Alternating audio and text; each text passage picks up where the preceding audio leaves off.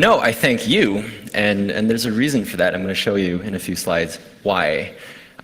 First, a question. How many printers do you think HP makes a year? Wait, another question. Are there any HP folks in the audience? If you're here, you can't answer, but for the rest of the people, how many printers do you think HP ships a year? Just shout it out. 50 million. 1 billion.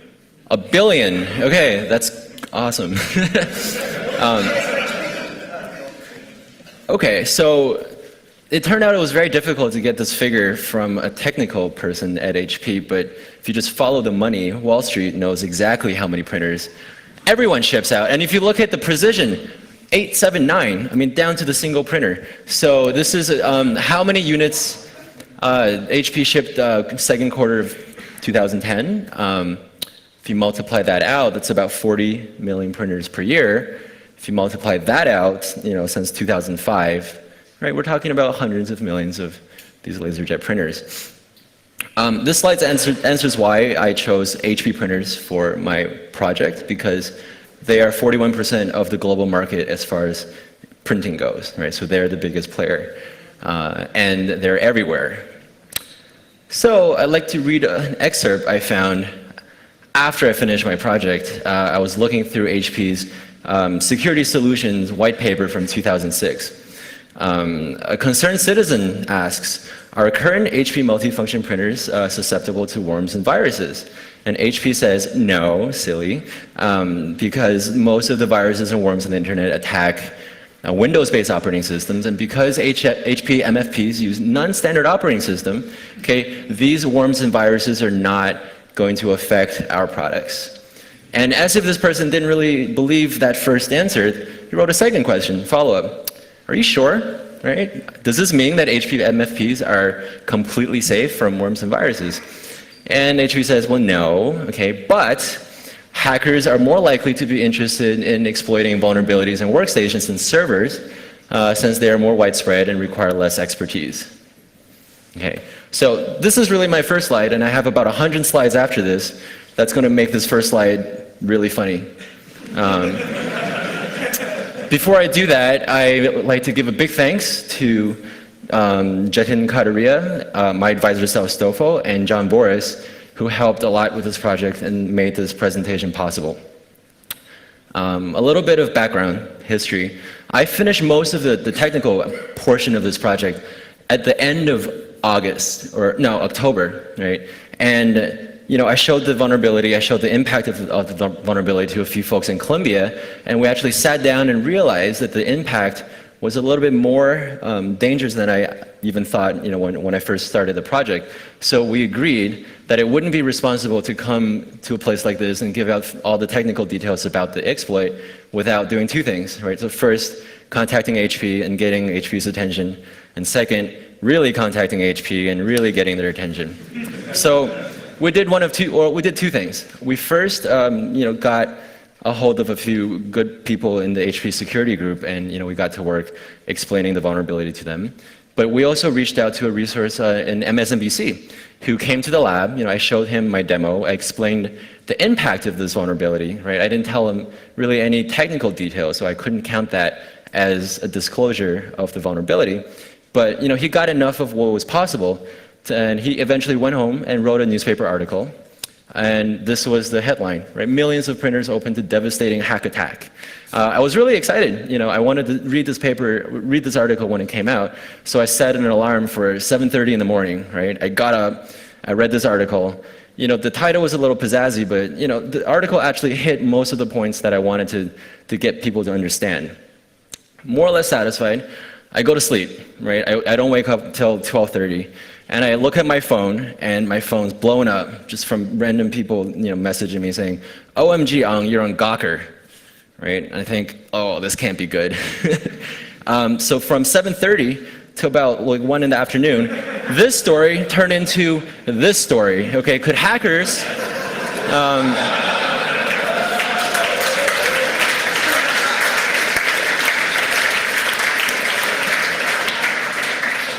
And okay, this is Gawker. You would expect something like this, but flaming death bomb is a little bit of a hyperbole. And I found this one that I liked because it was, it starts out really reasonable. You know, it says, can hackers really use HP printers to steal your identity? Thinking, yes, this is what I'm talking about. Somebody's got it. And then it goes to, and blow up your house. Okay, so that's how the first day ended. It was a headache. You know, I'm just thinking like, we're missing the point here. And when you see the actual vulnerability, you'll realize not only that fire is not possible, and I'm going to tell you exactly why, but if you had perfect control of this printer, the last thing you would want to do is destroy it, right? It's a very valuable asset for you.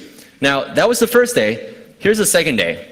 Okay, and this is when security gets really exciting. I had no idea that I could just, there was a lot of smacking and spanking and, I'm not going to read all of it, but it ends with, HP memo spanks Columbia researcher over flaming printer flap. You have to say that really fast. So I'm thinking, oh, geez, I'm getting spanked. It's awesome. And then, I just want to show you one more. This is my favorite one, okay? It's funny for two reasons. HP hit with lawsuit over flaming printer hack. Turns out, first reason why this is funny, a lawyer had read all the articles from day one and day two, okay, without contacting any of us at Columbia, filed a class action lawsuit against HP, just by reading Gawker and such. That's funny, but I actually read the class action lawsuit that was filed, and it really had nothing to do with flaming printer at all. But it didn't prevent Wired from writing this article. So, you know, there's that saying, right? Don't let the truth get in the way of a good story. And this is a good example of that. To be fair, there were some folks who did get the gist of what I was trying to say, and they did write more or less level-headed articles about what the actual vulnerability is with these printers. And you're going to see for yourself, we're going to have live demonstrations of everything that I've done. And hauling these printers from the United States is just a pain in the arse, and we're not going to haul it back. So I'm going to donate these printers to the hardware hacking area downstairs as my housewarming party to CCC. So if you want to get your hands on some hardware and play with it, come find us after the talk downstairs.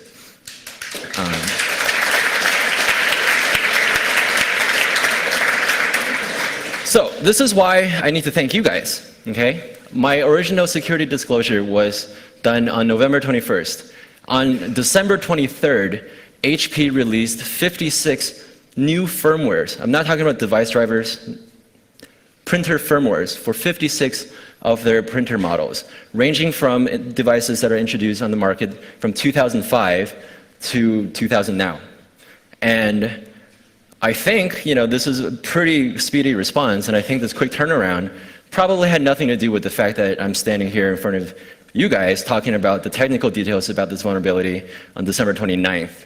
So, you know, this happened in part because you guys are here, you exist, and you care. So this is great. Here's a list of all the printers that are affected by this vulnerability, at least according to HP. And these are the printers that have new firmware released on the December 23rd.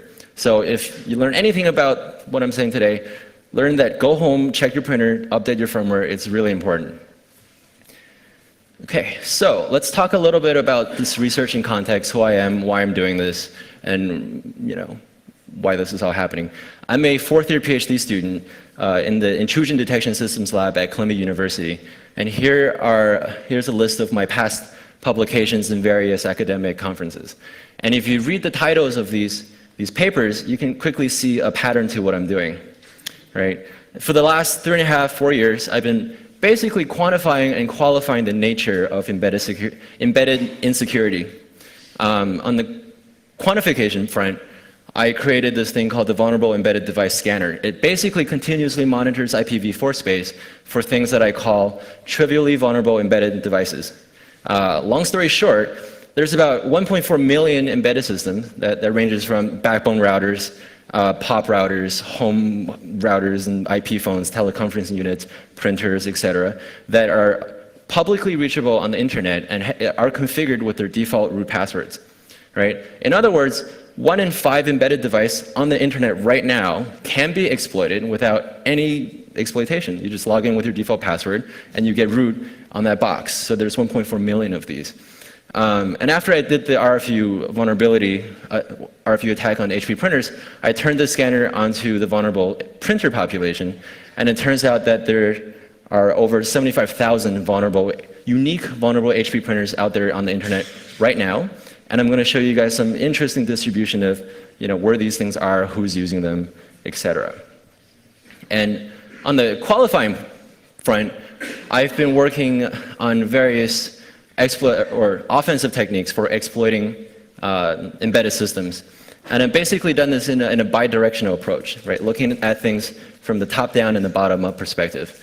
Top-down, I'm talking about things that make up the internet substrate, right? The big iron routers that hold the internet together. And from the bottom-up perspective, I'm looking at common embedded systems that are connected on the periphery, right? On networks that you have at home, at work, in your school. So the top-down stuff, I did some interesting work on Cisco iOS shellcode techniques. That was presented in Black Hat of this year. And today we're talking about exploitation for printers, right? This is something that you've all used in the past year. And chances are, if you've used a printer this year, you probably used an HP printer. And all this work is done so we can answer some really fundamental questions about the nature of embedded insecurity, right? Like, can embedded systems be compromised?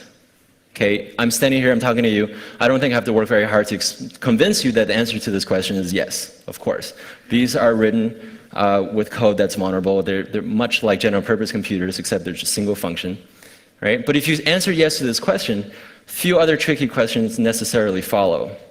Like, have embedded systems been exploited in the past? And more importantly, have your embedded systems been exploited in the past or right now? And really, how do you know for sure, right? So just imagine your office, you have your computer, you have your printer, you have your little LCD picture frame doodad that's on the wireless network, you have a TiVo and a top set box and a wireless access point and a teleconferencing unit. They all seem to work just fine, right? But how do you know that there's no malware running on that device, right, secretly sneaking information out of your network or being used as a backdoor for other people to come in and pwn your entire network? It's not like we have antivirus for embedded systems, right? So I want to pause. I want you to think about what that means and why it is that we don't have antivirus for embedded systems. We're going to get back to that thought at the end of my presentation. And here is even trickier question, okay? So suppose I told you that your printer has been owned, okay, through maybe the vulnerability that I'm going to show you today. Can you be sure that you can really remove the malware once the malware has been installed on your printer? Now, cleaning up a general purpose computer is tricky, but more or less it can be done for most things. But I'm going to show you some techniques that's going to make cleaning up printer malware very difficult to potentially impossible. Okay. So with that said, let's talk printers. Okay, this is the printer that I did most of my research on, and we have a pair of these on stage, and we're going to show you some live demos.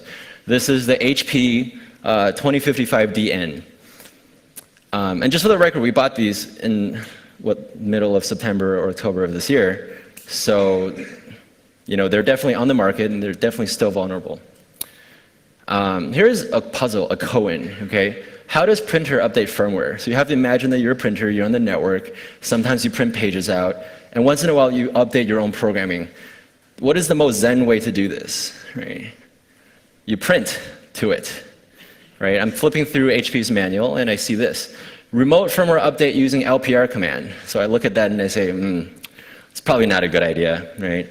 I click on the link and it's basically a page that explains how to use LPR in the most user-unfriendly way possible, right? But basically all it's saying is, if you want to update firmware on your magical printer, just type LPR and some magical .rfu file, right? If it prints to the printer, then the firmware is magically changed. So for folks who know what happens after you press LPR, okay, you can already see where this is going, and it's not going to be good.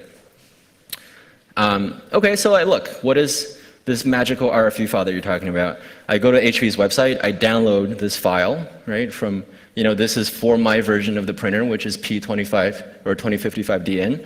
I look at it and I say, this looks a lot like just a bunch of PJL commands. The first one is a comment, you can throw that away.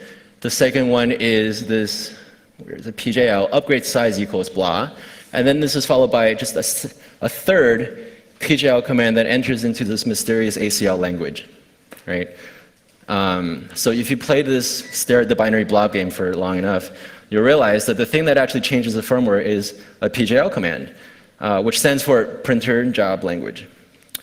It's a single PGL command, and it's a single 7 megabyte long PGL command, and that 7 megabytes is compressed and not encrypted. And I figured this just by looking at the byte distribution, looking at the entropy of the data, and it's very typical for a compressed file and not an encrypted file.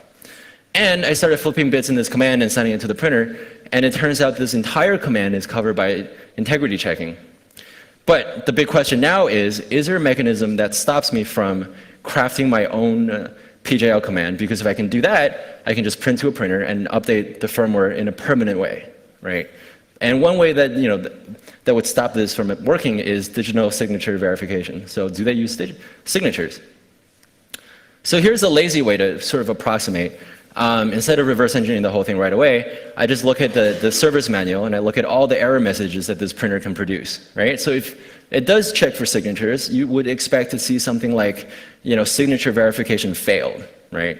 Didn't see anything like that. The only thing I was able to see was code CRC error, send full RFU on port. Now this is a fairly technical output, right? So I'm going to go on a limb and say, CRC doesn't mean digital signature, and CRC actually means CRC. Okay, so let's just review something obvious about what we've just talked about. When you hit LPR, right, that RFU file is sent to the raw printing queue, usually, on an HP printer. And once you go to that queue, the file is sent unmodified, unconverted to, let's say, port 9100 on the printer, right? And this mechanism, TCP port 9100, raw printing, has absolutely no authentication mechanism, right? If you can print a page, it'll just let you print. There's nothing that says, oh, you want to print a page, please enter username and password. Doesn't exist. And this thing that updates the firmware is a PGL command. Now, it's very easy to embed PGL commands inside PostScript files, right? But if you just thought about it a little bit harder, you can probably figure out all sorts of ways of sneaking this valid PGL command into all sorts of different file formats. And if you put 1 and 2 together, right, suppose you're able to craft your own malicious RFU. What you would get is printer malware, right? It's bad, it's not that bad. But if you have malicious RFU plus some sort of a document attack vector, okay, you get something much worse, or much better, I don't know. Well, so first of all, you can use this as a spear phishing attack, right? So suppose I want to penetrate, super duper secret code, right? And they have just hardcore perimeter defense and guys with guns guarding their base, right? But they're also hiring. So I put a resume, along with this malicious RFU. I package it together and I send it to HR. HR says, oh, this guy is not an idiot. Let's print out his resume and consider him, right? What happens then is the printer will print out my resume and again begin to update its firmware. And from that point on, I have a persistent foothold into super duper secret code. And what if I made a backwards TCP connection out to the internet to my laptop? All of a sudden, I've just penetrated the firewall. I have a persistent foothold from internet through the firewall to the printer, and now I can run all my reconnaissance and attacks from a printer, right? Which is usually not monitored by IDS. So this is the perfect thing to do. And this is why, if you had this, you would not burn it, okay? You would save it, and you wouldn't destroy it. And another thing to think about is, so suppose I had this attack vector, plus I combined it with an existing botnet code for, let's say, general purpose computers, right? All of a sudden, we're talking about multi-species propagation, right? You can imagine, let's say, I get onto your PC using some sort of, an ODE, and then I'll find all the printers on the network, and then I own those printers. And from there, right, I would use the printers to scan and own other PCs to put my malware back onto those PCs. So this is something that can spread from computer to printer, printer to computer, and something like that is going to be really very difficult to eradicate. Okay, so all of this depends on my ability to reverse engineer the RFU format and craft arbitrary code into this thing. If you want to do something like this, I'll save you a week of your life. This is what didn't work, okay? So you can just skip all that stuff. Staring at the blob worked okay, but it only gets you so far. Binwalk is a great tool that's supposed to interpret firmware in all sorts of different ways and give you hints about what is actually potentially in this data. For whatever reason, Binwalk actually failed in this case. Trying to find standard file system headers, not there because the data is compressed, right? And Googling didn't work, because if you just Google HP, PGL, ACL, it's not going to come up with anything. At this point, I think this is the middle of September, we actually went to HP. Little background story. The reason why I wanted to do this in the first place was because I have this project that's essentially antivirus for embedded systems. My thing is that I can inject this antivirus in an OS agnostic way into embedded systems. Now, we contacted HP to say, we're trying to put antivirus on your printer. Can you A, give us your proprietary RFU format, and B, get back to us soon. And of course they said, no thanks, go away, we don't want anything to do with you. So we went back to the drawing board, and I noticed this, so I started twiddling with this RFU, and it's pretty easy to break the printer. But it was also really easy to unbreak the printer. All you have to do is turn the power off, right? Hold these two special keys in the combination on the front control panel, and the boot code would actually boot back up, and it would rewrite all of the NVRAM content back to a pristine factory reset. So it basically just does a clean slate factory reset. So I start getting this idea. Okay, so if I can get the answer is in that box, right? So if I can get physical access to the boot code, I should at least be able to see how I can write the NVRAM. And if I get lucky, I should probably be able to see some code that tries to parse or validate an RFU file. And if I have that, I should be able to get some sort of specification for this thing and then figure out how I can pack my own code into this format that's very mysterious.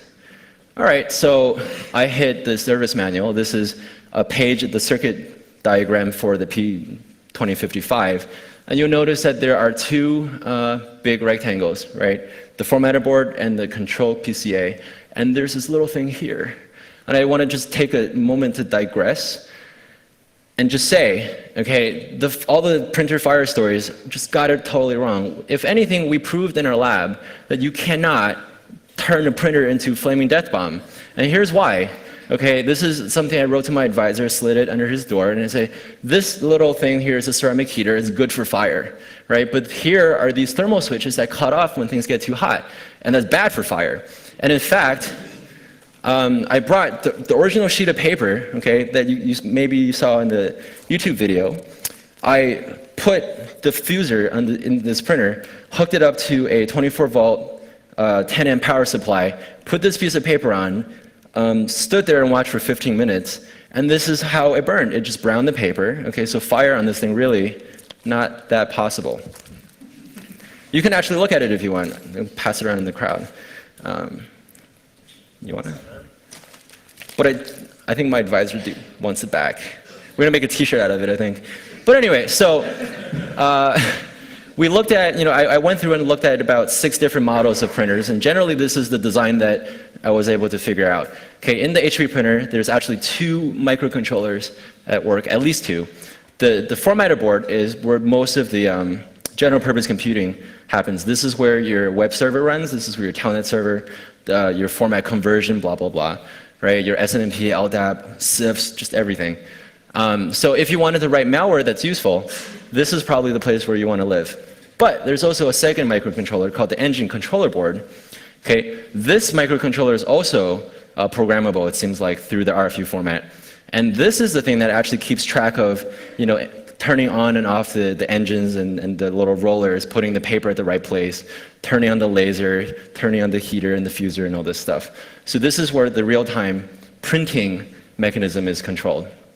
And on this formatter board, you have your usual NIC controller, some piece of memory that you boot from, volatile memory, and in some cases, persistent storage.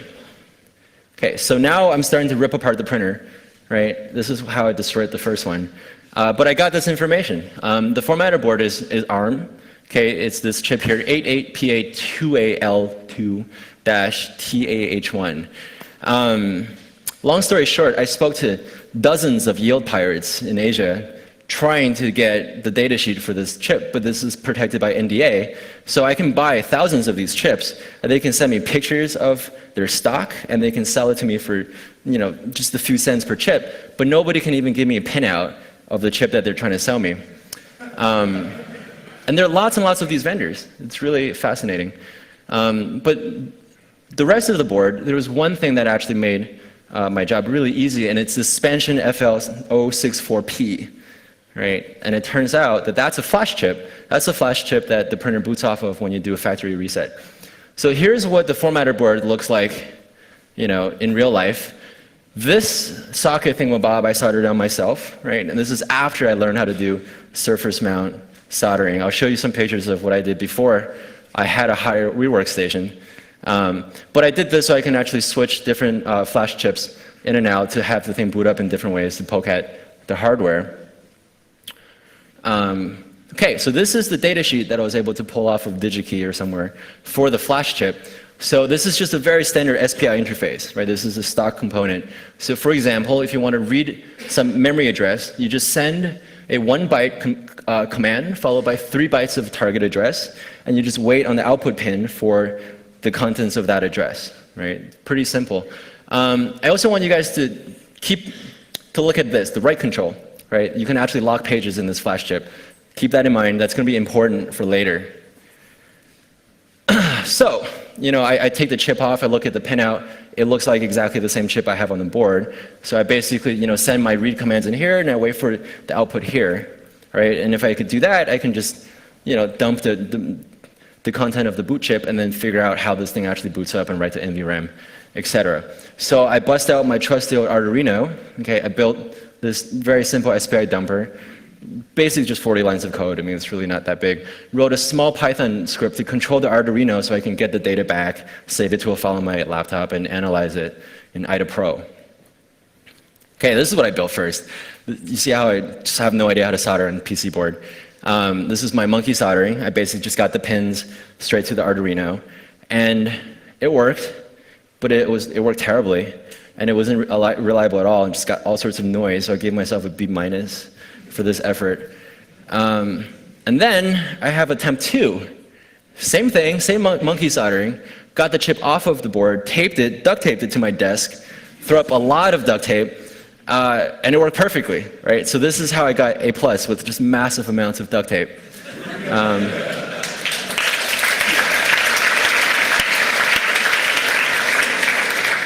So after a couple hours, right, I come back to my laptop and I slurp this into IDA Pro, and I start looking at the strings and the code in the boot sector.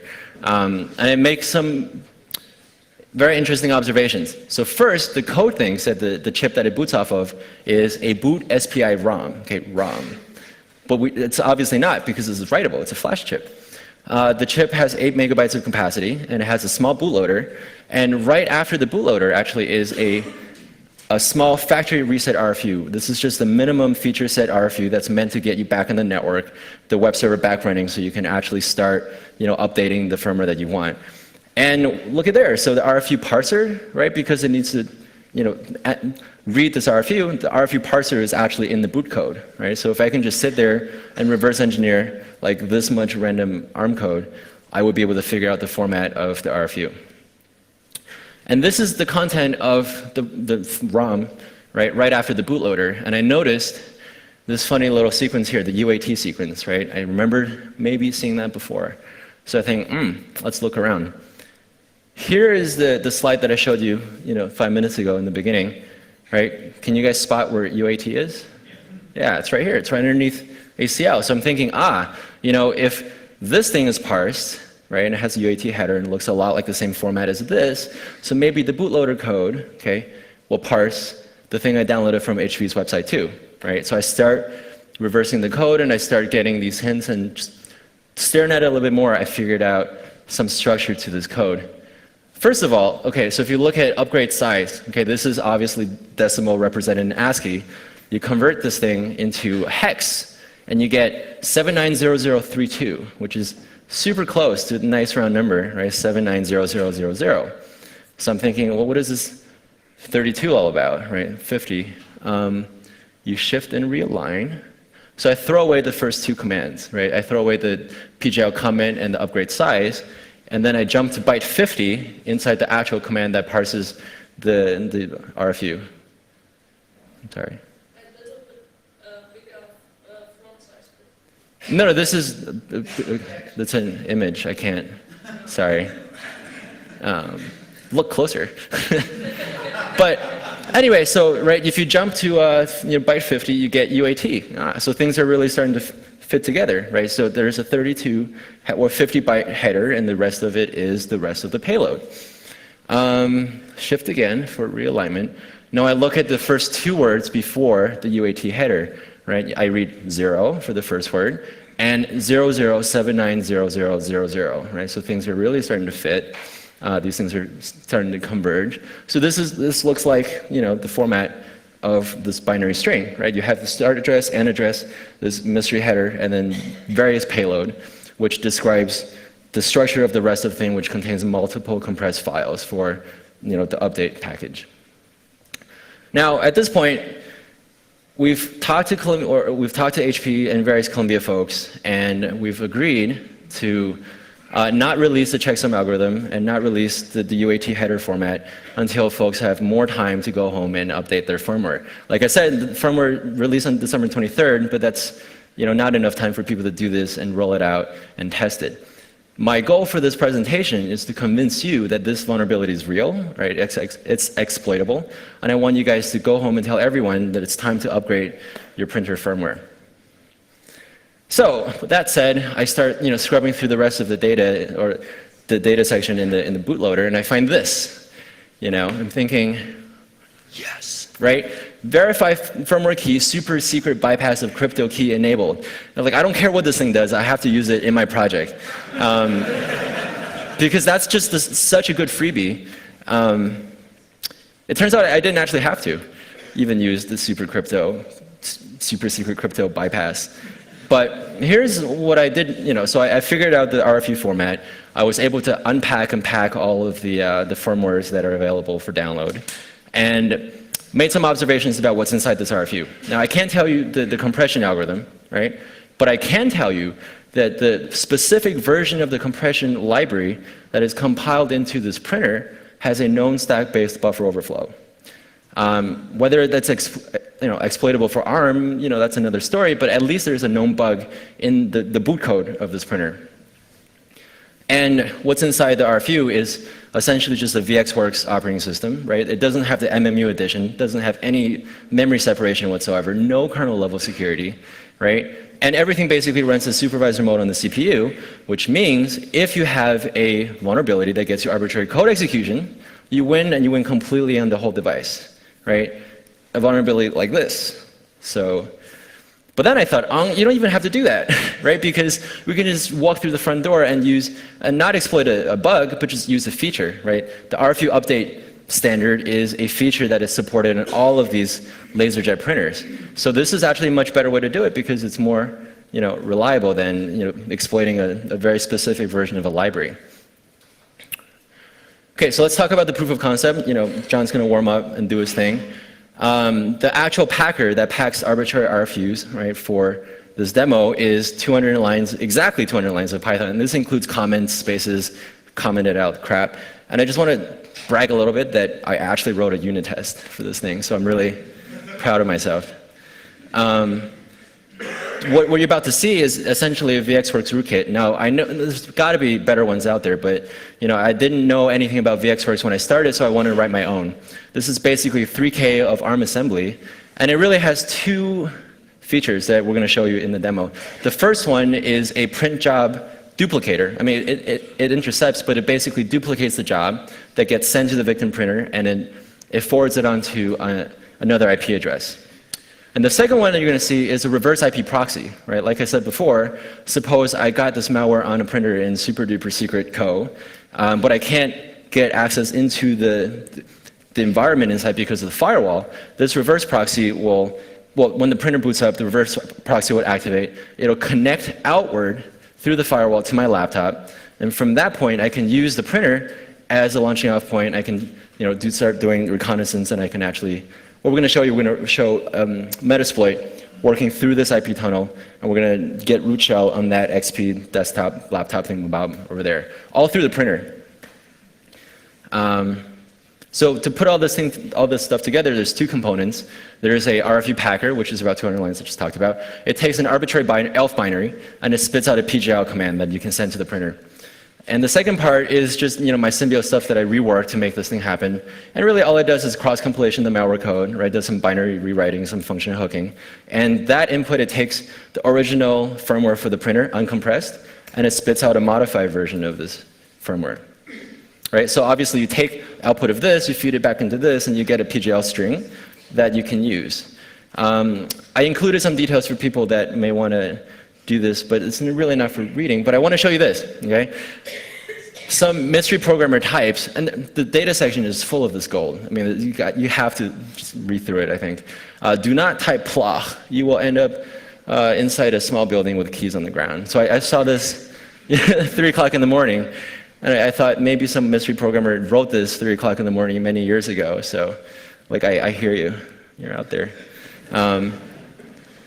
So this is a slide that I want to show you. Okay, this is an important detail. This is my main makefile. Okay, it's 2 lines. All it does is call pack the firmware, right, with the prefix that you want, and then LPR the firmware to the printer. So this is basically print-a-pone, right? You do this, and it just sends the thing to the printer, and it'll work. Okay, so we're ready for the demo, and I just want to say we did sacrifice the demo gods, because I checked all my equipment is okay with 240 volt, except for the little power strip. So I plugged that in, smoke everywhere in my hotel room. The electrician from the hotel comes up, and we're just like, I don't know why none of my sockets work in my room. Can you take a look? So we actually bought this guy, which I also blew up. We returned that and bought 2 more. So we're going to show you the demo now. All right, the first demo we're going to show is the print job replicator. Okay, so basically what's going to happen is, so first let me explain a little bit about the network topology here, right, so this makes sense. This red cable here represents internet, okay? This is the only thing that connects this stuff to this stuff. Down here is a Cisco router that we're going to call our perimeter firewall. Right? This is a compromised printer that's behind the corporate environment. We have this XP machine that we're going to try to own through the printer. And John is an employee of Super Duper Secret Co. So he's going to print his tax return on that printer because he likes to pay taxes. Right? Yeah. All right.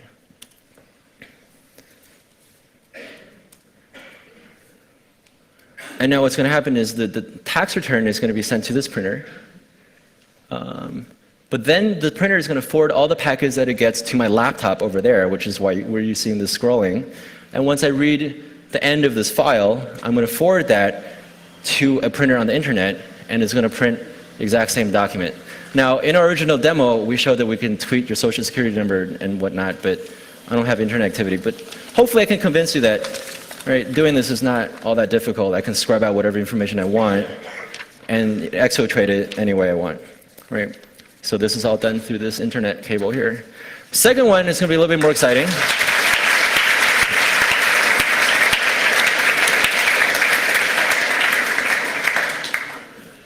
So I you just gave away your tax return. All right, so we're going to show you the second one where we're going to use the reverse IP proxy, right, to make this printer compromise this machine to get reverse shell back out through the firewall here. So what happened here is John just activated the, you touched it wrong.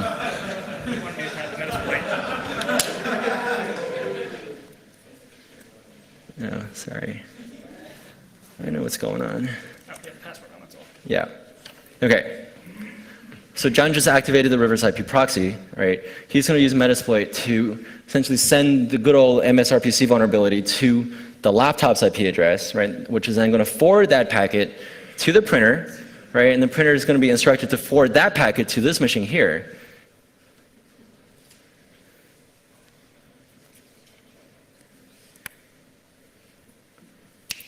Okay. And now this machine is going to we just spawned an interpreter shell back to my laptop through the firewall out on the internet. Do you see that?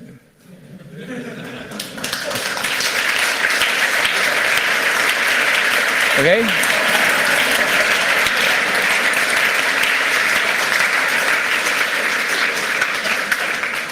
Okay, so just review what we just did. We made a printer pwn a machine to get a reverse shell out in the internet to me. Okay, so this is what can happen if you don't lock down your printers.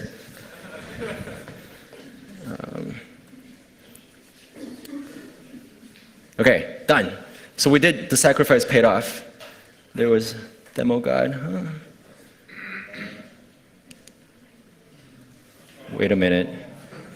Don't die on me now.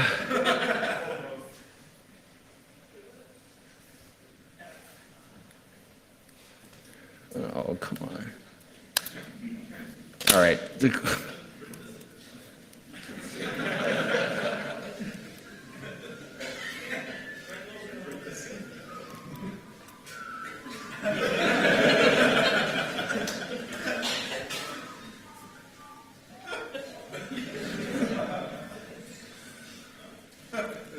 I hate PowerPoint. There will be a short intermission.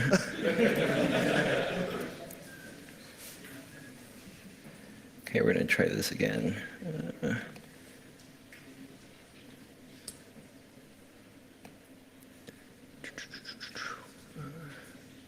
do I do full screen on this thing? All right, no more PowerPoint. I'm going to just do this PDF style. This is review, so you don't forget about what I just talked about. Totally planned. Okay, so we go back to here. All right, so you saw what the malware is capable of doing, so let's talk about attack vectors. How do you get this RFU, this malicious code, onto the printer? Okay, there are two obvious ways to do it. One I'm going to call the active method, and one I'm going to call the reflexive method. Active is very simple, okay? So if you can make a network TCP connection to port 9100 on your victim printer, you can do this. You just connect to the port, push this malicious RFU through, kill the TCP connection, and the firmware will start updating. And this is true because prior to the December 23rd patch, RFU update is turned on by default on all the printers that you saw in that list. And well, doing this through port 9100 has absolutely no authentication mechanism. So if it's on, then anyone who can connect to this printer can do it. Reflexive attack is a little bit more complicated, right? So here, we're embedding the malicious RFU in a document, let's say in a resume, and mailing it to someone and hoping that they'll print it out. But then again, if you're sending a resume or like a gift certificate or something, right, it probably wouldn't be all that difficult. So let's talk about the quantitative scope. Okay, this is the PR message from HP right after the public disclosure. And it reads, the specific vulnerability exists for some HP LaserJet devices if placed on a public internet without a firewall. As if saying, like, who on earth would do that, right? Actually, 75,000 people did on the planet. So we scanned using our scanner for the last month and a half, and we found 76,995 unique vulnerable HP printers on the planet, and 43 of these printers belong to governments, and 16 of them belong to the US government. And here's the thing I love, okay? There are 9 printers on the planet named Payroll. And they all belong to universities. And I'm just going to save the question. Yes, one of the Payroll printers is Columbia, and yes, we locked it down, so. Okay, and it says, and this is something that you rarely ever read, right? Linux, so in some Linux and Mac environments, it may be possible to do blah, blah, blah, right? This bad thing. But implies that Windows, not possible. So I'm not going to sit here and try to convince you guys that you can't do this in Windows, because anything that prints can do this, and Windows can print, so Windows can do this. But if I have time, I have some really funny backup slides about a support case that I had with Windows to get a bug in Word fixed so this attack would work inside Word.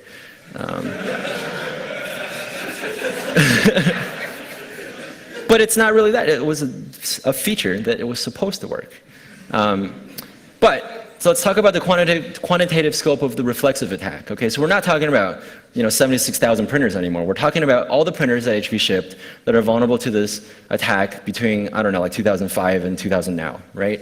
Like I said before, we're not talking, this is not 100,000, this is not a million, right? This is not even 10 million. We're really in the order of hundreds of millions of potentially vulnerable printers. And like I said before, if you think about a malware that takes this, combines it with, takes attack vectors that involve general purpose computers, combine this with, let's say, a firmware update attack for embedded systems, right? You can imagine how difficult this thing will be to eradicate. Yeah. So let's look at I want to give you a feel about how easy the reflexive PostScript attack is, okay? This is a standard PostScript file. Somewhere in here it describes my resume, right? And when it's done, I just do this very simple thing. I say EOJ, end of job, okay? And the printer is going to receive this file and says, I am processing PostScript file. I am printing PostScript file. I have reached end of job. I am going to process new job. I am entering language ACL. I am now updating firmware, because that's totally reasonable. I am done updating firmware.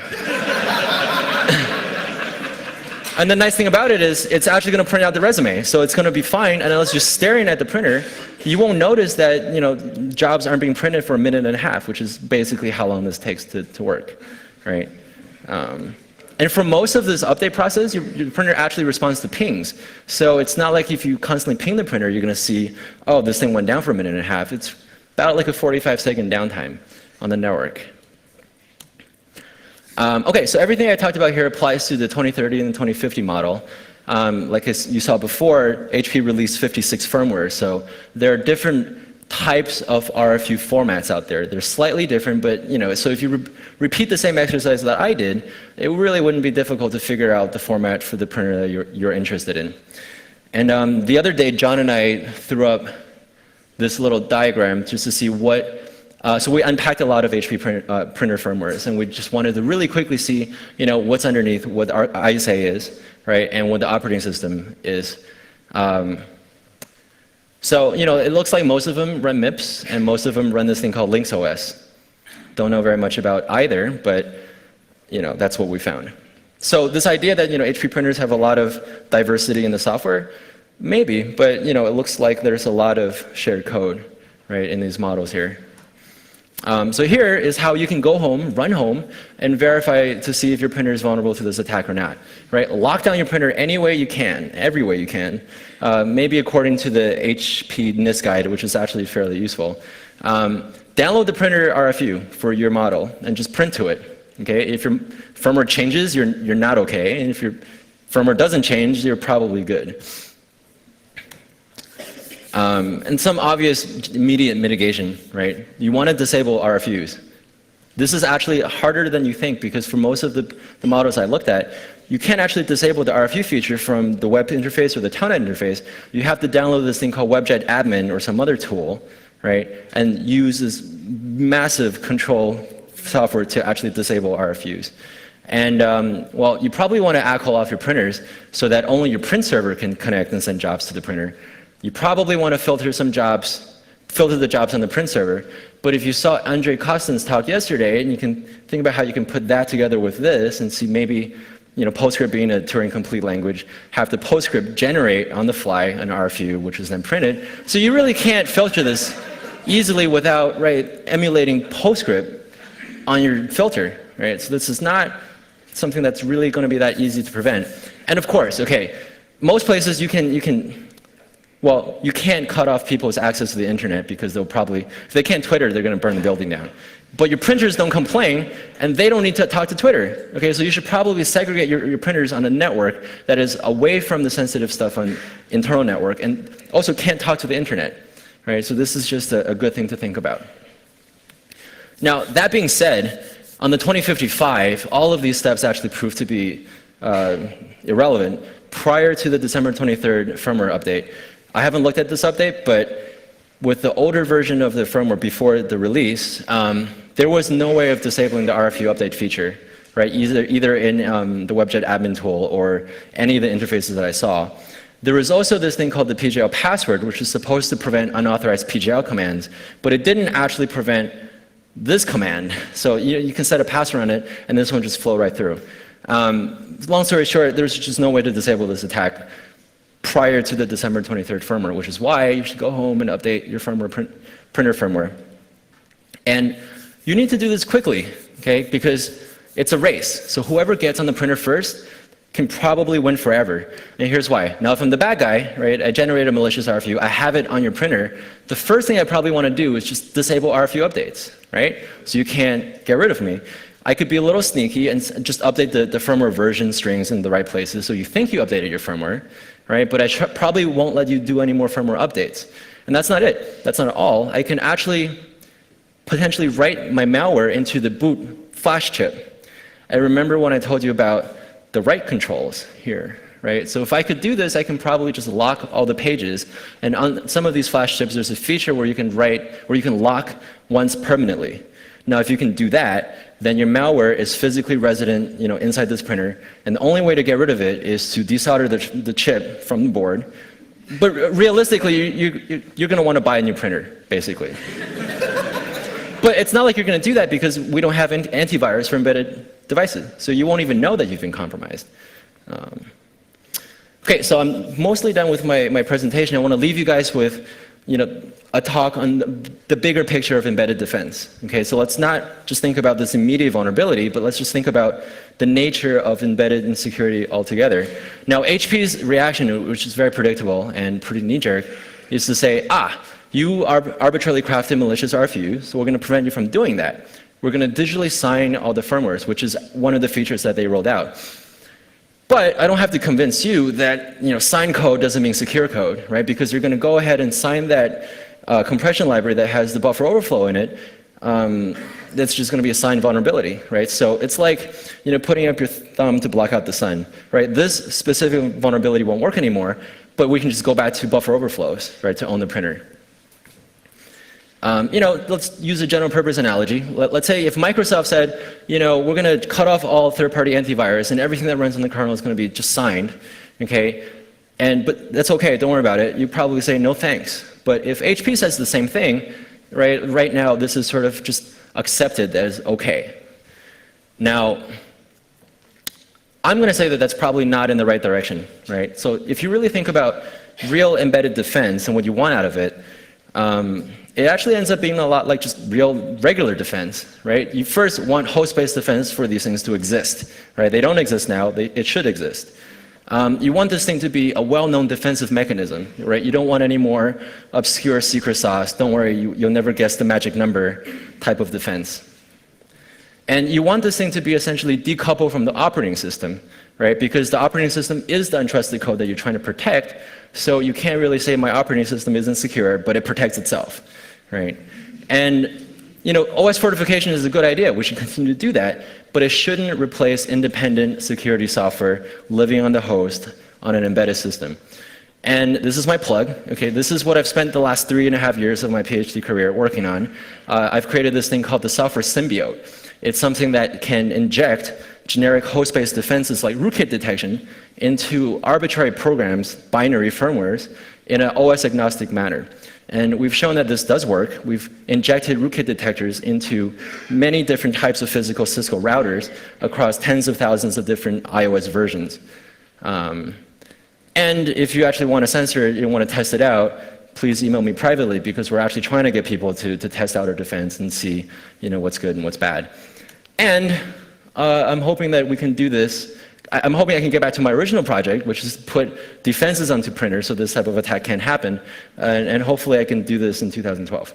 And actually demonstrate that this is not just iOS version independent, but operating system independent, right? I can get the same defense to work in a router as a printer. So that's it. That's right, funny, right?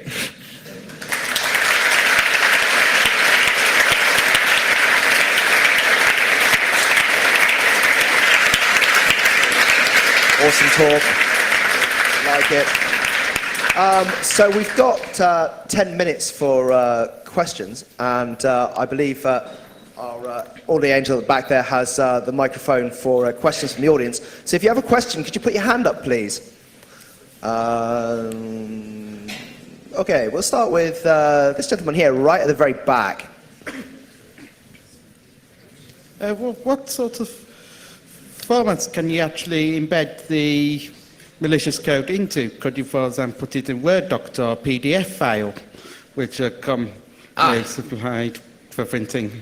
Okay, so for my demonstration, I only put it in PostScript, but this is close enough to my backup slide that I want to show you this really funny Microsoft story.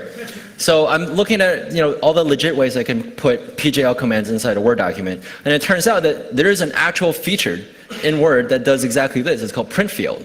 Okay, and it just put up whatever PJL command you want in the doc, and it can be printed. Now, problem is, there was a bug. Anything that was longer than 240 characters introduces random weird character in it. So I'm thinking, well, this is not the specification. I'm going to open a support case with Microsoft and have them fix it.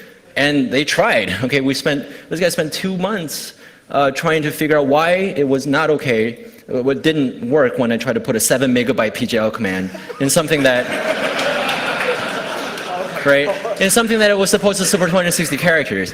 And dozens and dozens of exchanges later, never once did he ask, why are you putting 7 megabytes of data in this thing?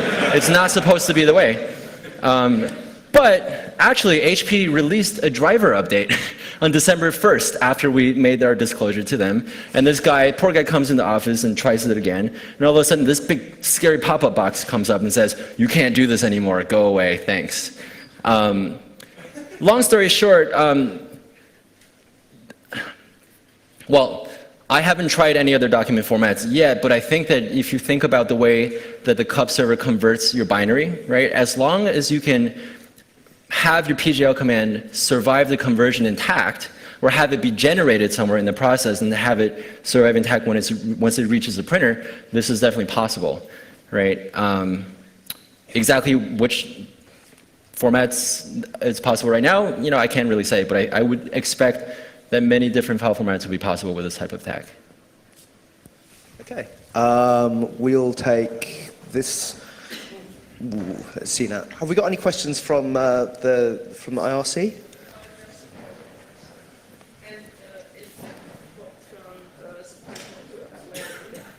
Yeah, that's a stupid question. Okay. Right. Okay, we'll go with these guys here because hopefully your questions aren't dumb. Okay. First of all, I have a small note. Basically, the print field command and Word document were practically demonstrated like in 2010. Yeah. So that's not news. But the question is like from those 56 firmware updates, actually the reason why you cannot disclose the compression algorithm is because they just deployed the fixes with disabling the RFU and still working on the signature thing, or they deployed the signature thing, but it's not quite So working. in my slide, I have the link to the exact SSRT. There are 2 revisions. The second one actually details, I think something like 20 different printer models have introduced the feature for signature verification. Right? The rest of them that had signature verification, it's my understanding, I just looked at it, I just read it, not an HP product person, but I think the rest of them, or all of them, have disabled RFU update by default, right? And some of them, it's actually now possible to disable RFU updates on those printers like this one, so that's been patched too. Printers where you couldn't disable this feature before, you can now. So this is really important for everybody to go home, check your printer, and just update the firmware. Okay, and I think...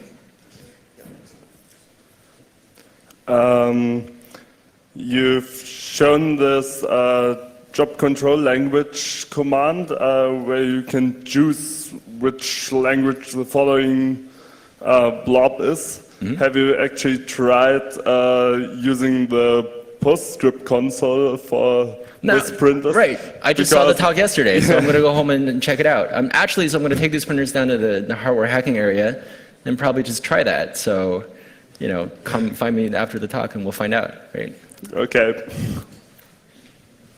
Okay, more questions. Right at the back here. Oh, okay. Yeah, sorry. So one question is about. Okay, one question is about. So don't put it to my mouth. Okay, I don't want to eat the microphone. Okay. So my question is about self-modifying code. So for example, you make they made a pop-up box that detects that you want to do something evil. So at least I understood it that. I understood like this driver said in the pop-up box, now it's not possible anymore. Yes. Go away. So if you make self-modifying codes, for example, you make this payload maybe XORed by some short string, and then you make the self-modifying code into PostScript, and then it deciphers in the printer memory and then gets executed. Exactly. So, I mean, that's not the only way you can get this thing to print through, Word. I'm sure there are lots of other ways. I just wanted to use the PGL print code thing because it was cute and it was an actual feature that I thought would be great if it worked, but it didn't. So, but yes, like that's the thing. I'm going to try out what I heard yesterday and maybe potentially compute, right, the RFU on the fly so that filtering would actually be very difficult, and maybe have the thing print to itself, right? Who knows? Maybe that's possible. Hi. What's the chances other printers have these kinds of vulnerabilities? I can't really, I don't want to say, answers I don't know, but it wouldn't surprise me if other printers have this vulnerability, right? I think Andre mentioned yesterday that Xerox printers, which share a lot of common history, I think, with HP printers, also can update their firmware through, PostScript or PGL interface. So maybe Xerox printers, but I don't know. It wouldn't surprise me if others have the same vulnerability, basically. Hi, I was wondering if you could elaborate on your fingerprinting. Are you relying on a version string or what else? What do you mean by fingerprinting? Like you were fingerprinting all the printers on the internet. So I did that by a few different ways. By looking at the web server, the telnet prompt banner, and by looking at, there's this actual command that's I think PGL info prod info. On some models of printers, it would actually just return the entire chassis ID and the model number, etc. So we put all that data together to figure out this figure. And we have one question here from IRC that's been voted up a few times and doesn't seem totally stupid. The other one was, can you make the printer blow up? And it was have you actually watched the talk? God, people are dumb. Okay. So, which? In the wild. Okay, I've got a question. Is there an attack in the wild? This is a really great question, and I don't think we know. Why? Because you don't have detectors, antivirus for embedded systems to find this type of thing, which is why my original project was to inject, right, this type of detector into the printer to figure out if printers have been exploited in the wild, right? And that's exactly what I've been trying to do with the Cisco router sensor, because if you think about it, this code is very old. We've talked about vulnerabilities for these things. The question is not can they be exploited, but have they been exploited? And if so, how sophisticated is the payload, right? We don't really know for sure because we have no good way of finding these things, which is exactly why I've been working on the Software Symbiote project. Okay, and I think that's, I think we're out of time. We've overrun by a couple of minutes. So I think it's time for a massive round of applause for the whole team, and especially... Oh, John, stand up. John, get up, man. And I think your supervisor here needs to stand up and take a bow for sponsoring the work.